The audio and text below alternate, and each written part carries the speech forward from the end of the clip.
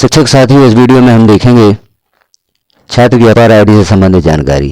अभी जो हम पूर्व में वीडियो देखा था जहां पर छात्र का आधार वैलिडेट किया था, वहां पर छात्र की अपार आईडी फेल्ड कर दी गई थी, छात्र का आधार वैलिडेट नहीं था। तो हमने छात्र का आधार वैलिडेट किया था। अब छात्र का आधार वैलिडेट करने के उपरांत आप यदि अपार आईडी जनरेट करते हैं तो हम देखेंगे कि कोई प्रॉब्लम होती है या छात्र की अपार आईडी शीघ्र ही जनरेट हो जाती है। क्योंकि इस जानकारी को देने का मकसद यही है कि जो अपार आईडी हम जनरेट कर रहे थे वह आधार के कारण फेल हो गई थी, आधार वैलिडेट नहीं था, छात्र की जानकारी आधार के अनुसार नहीं थी, तो अपार आईडी की जो रिक्वेस्ट थी उसे फेल कर दिया गया था। हम वह मैसेज भी देखते हैं किस प्रकार से मैसेज शो हुआ था जब आप किसी छात्र की अपार आईडी जनरेट कर रहे थे। तो जब हम छात्र की अपार आईडी जनरेट कर रहे थे या अपार आईडी हेतु रिक्वेस्ट सबमिट कर रहे थे तो यह मैसेज शो हो गया था। संपूर्ण जानकारियां फिल करने के उपरांत आपने जैसे ही सबमिट पर क्लिक किया था, मैसेज शो हो गया था, Aadhaar detail could not be validate, please verify Aadhaar number, name as per Aadhaar, gender and DOB for the student. अर्थात छात्र की जानकारियां आधार से मिलान नहीं कर रही हैं। पहले आधार को वैलिडेट कीजिए, जिसमें ध्यान रखें छात्र का नाम जो आधार पर है उसका जेंडर और डेट ऑफ बर्थ आधार के अनुसार होना चाहिए, तभी आप यहाँ पर छात्र की अपार आईडी जनरेट कर पाते हैं या अपार आईडी हेतु रिक्वेस्ट सबमिट कर पाते हैं। तो हमने इस मैसेज के पश्चात छात्र की जनरल प्रोफाइल में छात्र की जानकारियां आधार के अनुसार फिल कर दी। अब हम देखेंगे छात्र की अपार आईडी हेतु रिक्वेस्ट सबमिट होती है या नहीं। तो आपको भी यही कार्य करना होगा। यदि आधार के कारण अपार आईडी जनरेशन फेल हो जाता है, रिक्वेस्ट सबमिट नहीं होती है, तो आपको सर्वप्रथम छात्र की जनरल प्रोफाइल में सारी जानकारियां आधार के अनुसार फिल कर देनी होगी, जिसमें छात्र का नाम जो स्कूल रिकॉर्ड में है वही आधार में होना चाहिए। यदि छात्र का स्कूल रिकॉर्ड में नाम में किसी प्रकार का अंतर है तो आप फॉर्म 03 भरकर अपने ब्लॉक MIS या डिस्ट्रिक्ट MIS के पास जमा करेंगे। वह छात्र का जो स्कूल रिकॉर्ड में नाम है उसे सुधार देंगे, क्योंकि छात्र का जो स्कूल रिकॉर्ड में नाम है उसे आप नहीं सुधार पाते हैं, उसे ब्लॉक MIS या डिस्ट्रिक्ट MIS की लॉगिन आईडी से ही सुधारा जा सकता है। तो सारी जानकारियां हमने देख ली, छात्र की आधार से मैच कर रही हैं। अब हम देखते हैं इस छात्र की अपार आईडी जनरेट करके। छात्र का आधार आपने वैलिडेट कर दिया है यूडाइज प्लस पर लिस्ट ऑफ ऑल स्टूडेंट में एक्टिव स्टूडेंट की लिस्ट से। अब हमें करना है छात्र की अपार आईडी जनरेट। तो हम यहाँ पर देखते हैं अपार मॉड्यूल को क्लिक करते हैं, यह पेज ओपन होता है। यहाँ पर आप क्लास सेलेक्ट कर लीजिए जिस क्लास में वह छात्र है जिसका आपने आधार वैलिडेट किया है। क्लास सेलेक्ट करके गो पर क्लिक कर दें। अब हम उस छात्र का नाम यहाँ पर सर्च करते हैं जिसका हमने आधार वैलिडेट किया था, क्योंकि यहाँ पर हम देख रहे हैं आधार वैलिडेट के पश्चात आप छात्र की अपार आईडी कैसे जनरेट करें। तो यहाँ पर हम देख रहे हैं जो छात्र का नाम है, कक्षा है, उसका PN नंबर दिया गया है और यहाँ पर यह भी जानकारी दी गई है कि छात्र की जनरल प्रोफाइल कंप्लीट कर दी गई है और अपार आईडी से संबंधित यहाँ पर स्टेटस दिया गया है नॉट अप्लाइड, मतलब अभी अप्लाइड नहीं किया गया है, अपार आईडी नॉट अवेलेबल है। अब हम यहाँ पर जनरेट पर क्लिक करते हैं तो छात्र की यहाँ पर जानकारी ओपन होती है। अब एक बार आधार सामने रखकर छात्र की जानकारियों का पुनः मिलान कर लें।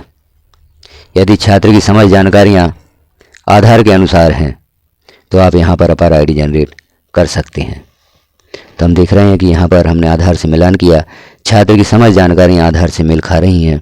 अब आप छात्र की अपार आईडी जनरेट करेंगे तो बिना विलंब के छात्र की अपार आईडी हेतु रिक्वेस्ट सबमिट हो जाएगी, क्योंकि अपार आईडी जनरेट करने से पहले यहाँ पर हमें छात्र के माता पिता की सहमति की आवश्यकता होती है।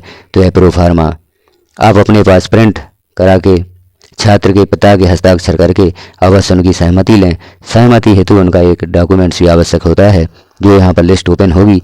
उस लिस्ट के अनुसार कौन कौन से डॉक्यूमेंट्स हमें यहाँ पर लेना है। अब हम छात्र के पालक की सहमति यहाँ पर भरते हैं।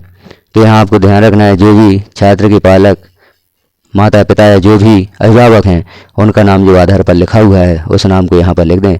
इनका संबंध छात्र से क्या है, जैसे फादर हैं तो हमने संबंध फादर सेलेक्ट कर दिया। अब यह सहमति हेतु प्रूफ में क्या देना चाहते हैं उसे भी यहाँ सबमिट करें। जैसे इन्होंने अपना आधार दिया है सहमति में प्रूफ के रूप में, तो अब यहाँ पर हमें इनका आधार नंबर लिखना होगा। जो भी इन्होंने सहमति में भरकर दिया है हमें, क्योंकि यह सहमति भी आवश्यक है। छात्र नाबालिग है तो हमें उनके माता पिता की सहमति आवश्यक है, क्योंकि हम छात्र का आधार साझा कर रहे हैं। अब यहाँ पर इस बात का विशेष ध्यान रखें, जो हमने यहाँ पर आइडेंटिटी प्रूफ दिया है वह छात्र के अभिभावक का देना है। जो आधार नंबर दिया है वह छात्र के अभिभावक का दिया है। यहाँ पर छात्र का आधार नहीं लिखा जाना है।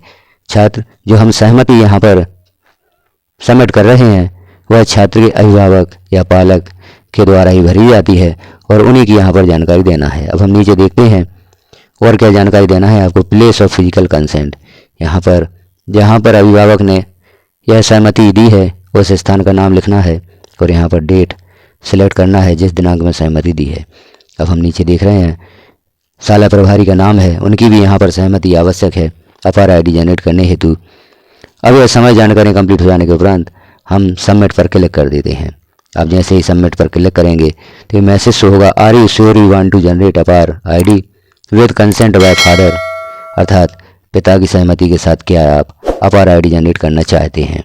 तो हम कन्फर्म पर क्लिक कर देंगे। जैसे ही कन्फर्म पर क्लिक करते हैं तो यहाँ मैसेज शो होता है, student name in school record should be similar to that of name as per Aadhaar, अर्थात यहाँ पर कुछ अभी मिस्टेक है। छात्र का नाम जो स्कूल रिकॉर्ड में है वह आधार पर मैच नहीं हो रहा है। तो हम देखते हैं छात्र की जनरल प्रोफाइल में पुनः जाकर कि वहाँ पर क्या मिस्टेक रह गई है, नाम कैसे मैच नहीं हो रहा है। तो हम जनरल प्रोफाइल में देखते हैं, यहाँ पर छात्र के जो नाम है स्कूल रिकॉर्ड में उसकी स्पेलिंग का मिलान करते हैं और जो आधार में हमने नेम दिया है उसकी स्पेलिंग का मिलान करते हैं। तो यहाँ पर जो छात्र का स्कूल रिकॉर्ड में नाम है उसमें जो हम स्पेलिंग देख रहे हैं SH के बाद ए जुड़ा हुआ है और जो आधार में नाम दिया है उसमें SH के बाद ए नहीं है। चूँकि आधार में भी SH के बाद ए नहीं है तो यहाँ हम SH के बाद ए नहीं लगा सकते। अब हम यहाँ देख रहे हैं कि छात्र का नाम जो स्कूल रिकॉर्ड में दिया गया है और जो आधार में है उसमें एक छोटी सी मिस्टेक है। जो छात्र के नाम की स्पेलिंग है उसमें SH के बाद ए जुड़ा हुआ है और छात्र के आधार में SH के बाद ए नहीं है।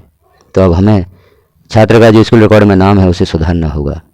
इस मिस्टेक को आप स्वयं सुधार सकते हैं, क्योंकि छात्र के नाम में सुधार करने की जो शर्तें हैं उसमें दिया गया है कि एक अक्षर का आप संशोधन कर सकते हैं।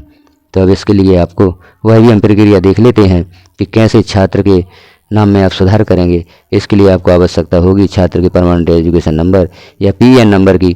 तो यहाँ पर इसे आप कॉपी कर लें, जो छात्र का PN नंबर दिया गया है इसे कॉपी कर लें। कॉपी करने के पश्चात आपको जाना होगा स्टूडेंट नेम अपडेट पर। जो यहाँ पर ऑप्शन दिया गया है स्टूडेंट नेम अपडेट, इस पर आप क्लिक कर देंगे। यहाँ पर नाम सुधारने संबंधित कुछ शर्तें दी गई हैं, इन शर्तों को आप पढ़ें। इन शर्तों को सावधानीपूर्वक पढ़ने के पश्चात आप देखें कि किस प्रकार से छात्र के नाम में आप सुधार कर सकते हैं। हम एक बार पुनः छात्र का आधार देख लेते हैं, क्योंकि यहाँ पर हमें बहुत ही सावधानी रखनी है छात्र के नाम के संबंध में। तो छात्र का आधार आप एक बार पुनः देख लें। जो आप संशोधन करना चाहते हैं, स्पेलिंग में किस प्रकार की मिस्टेक है उसे आप सुधारना चाहते हैं।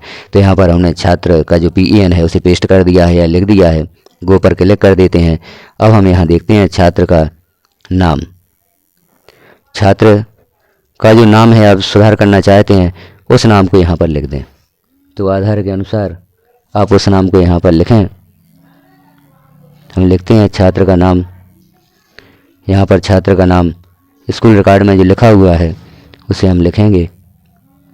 यहीं देखेंगे कि छात्र के आधार में सुधार किस प्रकार से होता है, या छात्र का जो नाम है स्कूल रिकॉर्ड में आप उसमें सुधार कैसे कर सकते हैं। छोटी मिस्टेक जो होती है नाम में उसका सुधार आप स्वयं कर सकते हैं। हम सुधार करके देख रहे हैं। अभी जो छात्र के नाम की स्पेलिंग ऊपर दी गई है उसे आप देख लें, और जो नई स्पेलिंग हमने लिखी है उसे भी आप देख लें। तो हमने नाम की स्पेलिंग में सुधार कर दिया है। अब हम अपडेट रिकॉर्ड पर क्लिक कर देते हैं। अपडेट रिकॉर्ड पर क्लिक करते हैं। आप please ensure that the name of the student mentioned in SDMS in same as in school record और रजिस्टर। तो क्या यह सही है? सही है तो आप कन्फर्म पर क्लिक कर दें।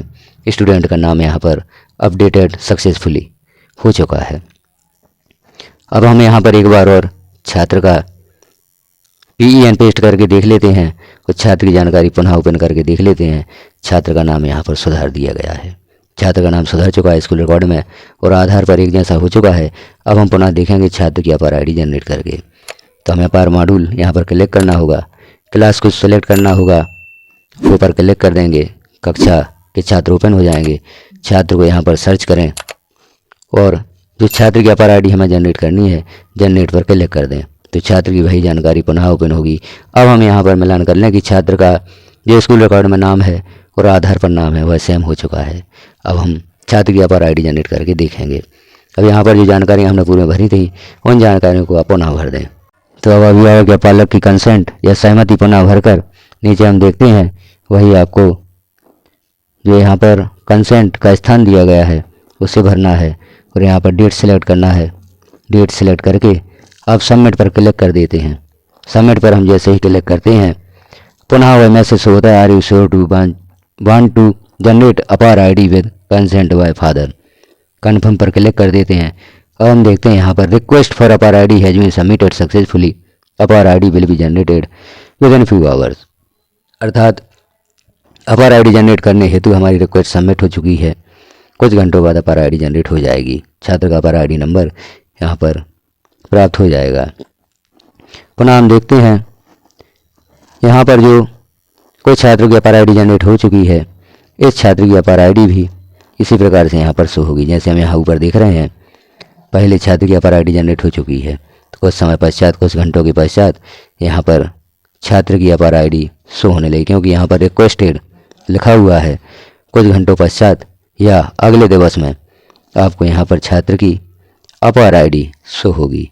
तो यह अपार आईडी आप छात्र को दे सकते हैं, छात्र इसका उपयोग कर सकता है।